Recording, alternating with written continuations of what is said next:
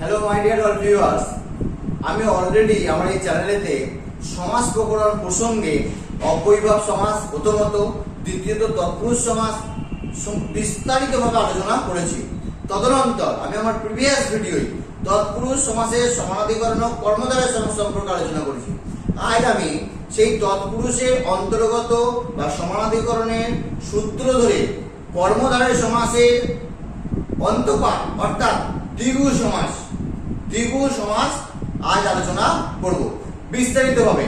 এবং দ্বিগু সমাসের যে বিশেষ বিভাগ, যেগুলোর ক্ষেত্র, যেগুলির কারণ সাধারণত আমরা বিভিন্ন বইতে জানতে পারি না। দেখো, আমি মাঝে মাঝে বলি যে এটি তোমরা এই বই পাবে না, ওই বই পাবে না। তোমরা কিন্তু আমার কথাগুলো একটু বইগুলো ঘেঁটে একটু মিলিও, তাহলে তোমাদের বুঝতে সুবিধা হবে যে এই ক্ষেত্রগুলো কোন কোন বই থেকে আমি অন্তত কালেক্ট করছি, বা সেরকম তারা প্রয়োজন হলে তোমরা সেগুলোকে কিন্তু কালেক্ট করো। না হলে কিন্তু কোনোদিন কোনো কম্পিটিটিভ এক্সামে এই এইরকম যে টেকনিক্যাল কোশ্চেন তার অ্যান্সার করতে না পারলে সাকসেস লাভ করা যাবে না। ঠিক আছে? তা এগুলো একটু নিজেরা একটু স্টাডি করো, নিজেরা একটু অন্বেষণ করো, হ্যাঁ, এক জায়গায় সামাপ করো, এবং কোনো কিছু প্রয়োজন হলে সেটা আমাকে কমেন্ট করে জানিও। আর আমার চ্যানেলে নতুন হলে অবশ্যই চ্যানেলটিকে সাবস্ক্রাইব করে পাশে বেল আইকনটি অন করে দাও। তার নেক্সট টাইম এরকম ভিডিও আপলোড করার সাথে সাথে সেই নোটিফিকেশনটি সবার প্রথম তোমার কাছে পৌঁছে যাবে। ওকে, তাহলে চলো আজকে এই ভিডিওটি শুরু করা যাক। দেখো, দ্বিগু সমাস প্রথমে একটু আমি এখানে হেডিংটা করি। দ্বিগু সমাসে সংজ্ঞায় কি বলা হয়, ডেফিনেশন কি বলা হয়? ডেফিনেশনে বলা হয় সংখ্যা পূর্ব দ্বিগু। ওকে, সংখ্যা পূর্ব দ্বিগু। এর কি অর্থ?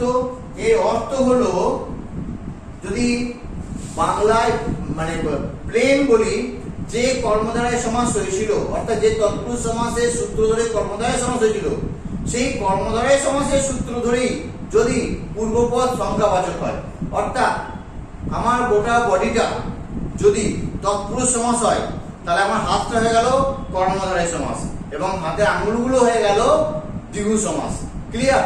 তাহলে দ্বিগু সমাস আঙুলটাও তো হাতের একটা পার্ট, তাহলে দ্বিগু সমাস কিন্তু অলরেডি হাতেরই একটা পার্ট, কোন সমাস? কর্মধারয় সমাস। অনুরূপভাবে হাত বা আঙুল এটি যেমন গোটা শরীরের একটা পার্ট, ঠিক সেরকম আঙুল অর্থাৎ দ্বিগু, হাত অর্থাৎ কর্মধারয়, শরীর অর্থাৎ তৎপুরুষ সমাসের বিভাগ। ক্লিয়ার? তাহলে সংজ্ঞাটাকে ক্লাসিফিকেশন করলে, সংজ্ঞাটাকে এক্সপ্লেন করলে এরকম বোঝায়, যে তৎপুরুষ সমাসের বা যে কর্মধারয় সমাসের পূর্বপদ সংখ্যাবাচক হবে তাকে বলা হবে দ্বিগু। এবং পূর্বপদের সংখ্যাবাচক হলে কর্মধারয় সমাসে বলেছিলাম বিশেষণ সম্পর্ক, অর্থাৎ পূর্বপদ ছিল বিশেষণ, তাহলে কি হবে না পূর্বপদ সংখ্যাবাচক বিশেষণ হবে, বা হলে পূর্বপদ সংখ্যাবাচক বিশেষণ হলে দ্বিগু সমাস হয়। ওকে, এই দ্বিগু সমাস এর একটা উদাহরণ দিই, তারপরে আমি এই ক্লাসিফিকেশন নেব। তাহলে বললাম পঞ্চভি গোভি কৃত সমান কি হবে? পঞ্চভু। ওকে, এটি একটি দ্বিগু সমাসের উদাহরণ। কিন্তু এই দ্বিগু সমাস সাধারণত তিন প্রকারের হয়ে থাকে। কি কি? একটি হচ্ছে তদ্ধিতার্থ দ্বিগু, একটি উত্তরপদ দ্বিগু, এবং আরেকটি সমাহার দ্বিগু। তিন ধরনের দ্বিগু সমাস আমরা পাই পরীক্ষাতে। সাধারণত ম্যাক্সিমাম 90% সমাহার দ্বিগু সমাসই পড়ে, কিন্তু কখনো কখনো ক্ষেত্র বিশেষে 1 নম্বর উত্তরপদ দ্বিগু এবং 2 নম্বর হচ্ছে তদ্ধিতার্থ দ্বিগু, এই দুটোর প্রয়োগ কিন্তু হয়। সুতরাং শুধুমাত্র সমাহার দ্বিগু পড়লেই হবে না, বাকি দুটো দ্বিগু সমাসও কিন্তু আমাদেরকে জানতে হবে, তাই না? তাহলে চলো সেই তিনটে যে দ্বিগু সমাসের বিভাগ আমি খাতায় বোর্ডে লিখবো, তোমরা আমার সাথে সাথে খাতায় নোট ডাউন করো।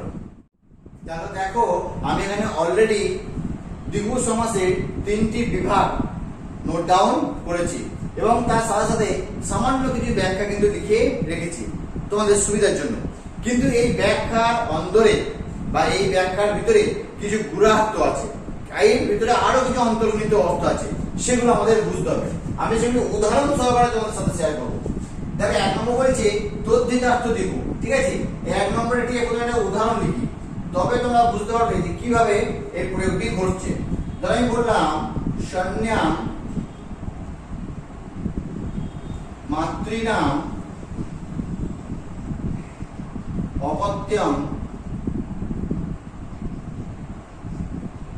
পুমান সমান সান্মাতুর। ওকে, তাহলে এই ক্ষেত্রে উদাহরণটা দেখো যে সন্নাম মাতৃনাম অপত্যম প্রণাচার, এখানে একটা অংশ হবে সান্মাতুর। ওকে, এবার এখানে তদ্ধিতার্থ দিগুতে কি বলা হয়েছিল না তদ্ধিত প্রত্যয়জাত অর্থ প্রকাশ করলে। এখানে তদ্ধিত প্রত্যয়জাত অর্থ কোথায় আছে? এই যে অপত্যম পুমান, এই যে অপত্যম শব্দটা, এই অপত্যম শব্দটা কিন্তু অন প্রত্যয়, তাই না? এবং অন হলো একটি তদ্ধিত প্রত্যয়, অন এটি একটি তদ্ধিত প্রত্যয়, তাহলে তদ্ধিত প্রত্যয়জাত অর্থ এখানে প্রকাশ করছে। তাহলে সেজন্য এই উদাহরণটি হয়ে গেল তদ্ধিতার্থ দিগু বিভাগের একটি প্রকৃষ্ট উদাহরণ। ক্লিয়ার? এরপর আমি 2 নম্বর, অর্থাৎ কি বলা আছে 2 নম্বরে? 2 নম্বরে বলা আছে উত্তর পদ দিগু। ব্যাখ্যাটা ভালো করে শোনো, কি বলছে? 2 এর বেশি সংখ্যাবাচক, 2 এর বেশি, 1 বা 2 নয়, অর্থাৎ একবচন বা দ্বিবচন হবে না, সর্বদা বহুবচন হবে। তাহলে এই ক্ষেত্রে কি হবে না পদটি সর্বদা বহুবচন হবে। ক্লিয়ার? বলে যে 2 এর বেশি, তাহলে 1 ও হবে না 2 হবে না, 1 মানে একবচন সিঙ্গুলার, 2 হলে দুবচন ডুয়েল হবে না, অলওয়েজ প্লুরাল হবে, মানে বহুবচন হবে।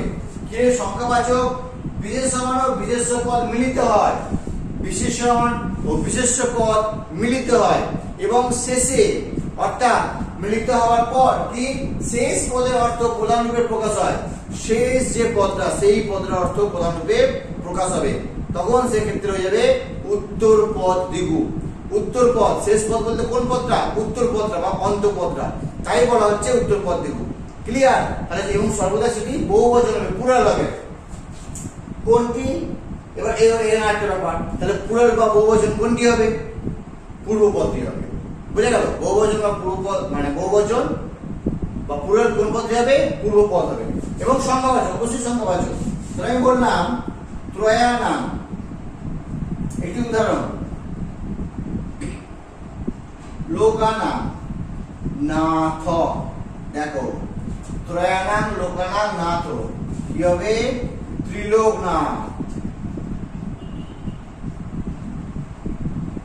তাহলে এখানে এই নাথ, এই যে উত্তর পদ, এই দেখো সমাসবদ্ধ হওয়ার পর উত্তর পদের অর্থটা কিন্তু প্রধান রূপে প্রকাশ পাচ্ছে ত্রিলোক নাথ, তাই না? মানে একজন ব্যক্তি বা একজন দেবতা, ঠিক আছে? সে ত্রিলোক, সেটা কিন্তু প্রকাশ পেল না। যদি আমি শুধু বলতাম ত্রয়ানাম লোকানাম সমাহার দিগু সম্পর্কে সমাহারক, তাহলে হলো ত্রিলোকি। বুঝে গেল? কিন্তু এখানে কি হয়ে গেল? ত্রিলোক নাম, কারণ উত্তর পদ, এটি উত্তর পদের অর্থটি প্রধান রূপে প্রকাশ পেল। এবং দেখো ত্রয়ানাম এটি বহুবচনে প্রয়োগ হয়েছে, পূর্ব পদ 2 এর বেশি সংখ্যক, 2 এর বেশি সংখ্যক 2 3, 2 এর বেশি, তাই না? তাহলে এক্ষেত্রে উত্তর পদ দিগু উদাহরণ হলো ত্রয়ানাম লোকানাম নাথ ত্রিলোক নাথ। এটা দুইটা দেখালাম, ঠিক আছে? এটা ক্লিয়ার হয়ে গেল। এবার 3 নম্বর সমাহার দিগু। এই যে সমাহার দিগু, সমাহার দিগুটা তো খুবই সহজ, বুঝতে পারছো? সংখ্যাবাচক বিশেষণ বিশেষ্য বোঝালে তার যে সমষ্টি, সেক্ষেত্রে সমাহার দিগু হয়। যদি সমাহার দিগু, কিন্তু এই সমাহার দিগুর ক্ষেত্রে একটা জিনিস মনে রাখতে হবে যে যদি অকারান্ত হয়, অকারান্ত মানে সমাসবদ্ধ পদ যদি অকারান্ত হয়, ঠিক আছে, তাহলে সেক্ষেত্রে কিন্তু সর্বদা স্ত্রীলিঙ্গে ই হয়। কি বললাম? অকারান্ত বলে স্ত্রীলিঙ্গে ইট হয়, ঠিক আছে? এটা তো আগের বিভাগে চলে গেল। আর এটা সমাহার দিগুতে যদি অকারান্ত হয়, তাহলে সর্বদা কিন্তু স্ত্রীলিঙ্গে ইপ হয়, ইপ। বুঝে গেল? ধর আমি বললাম একটি উদাহরণ, পঞ্চানাং শতানাং সমাহার কি হবে?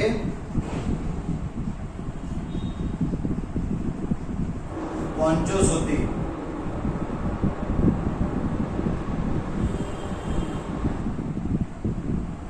অনুরূপ ভাবে কিন্তু আমরা পঞ্চানাং বটানাং সমাহার এই শতানাং পদ থেকে যদি আমি একটু বটানাং করে দিই তাহলে সেক্ষেত্রে যাবে পঞ্চবটি। ঠিক আছে, এটি গেল সমাহার দ্বিগু সমাসের একটি বিভাগ। কিন্তু সমাহার দ্বিগু সমাসের আবার দুটি মেন বৈশিষ্ট্য আছে। তার মধ্যে একটি গেল যদি অকারান্ত হয়, তাহলে সেখানে স্ত্রীলিঙ্গে কিন্তু ইফ হয়। কিন্তু প্রশ্ন হলো যদি অকারান্ত কি সব ক্ষেত্রেই হয় যেখানে যে স্ত্রীলিঙ্গ ইফ প্রত্যয় প্রয়োগ করবে? না, তা কিন্তু নয়। সেক্ষেত্রে তিনটি শব্দ আছে, তিনটি পদ। ধরে একটি হচ্ছে পাত্র, একটি যুগ, আর একটি ভুবন। এই তিনটি পদ যদি হয় পাত্র, যুগ এবং ভুবন, সেক্ষেত্রে হয়ে যাবে কি হবে? নিত্য ক্লীবলিঙ্গ, ক্লীবলিঙ্গের প্রয়োগ করবে।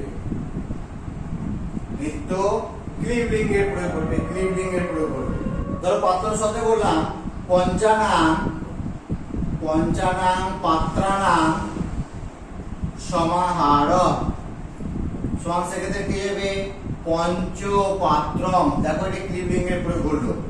যুগ শব্দে বললাম চতুর্নাং যুগানাং সমাহার, তাহলে সেক্ষেত্রে যাবে কি?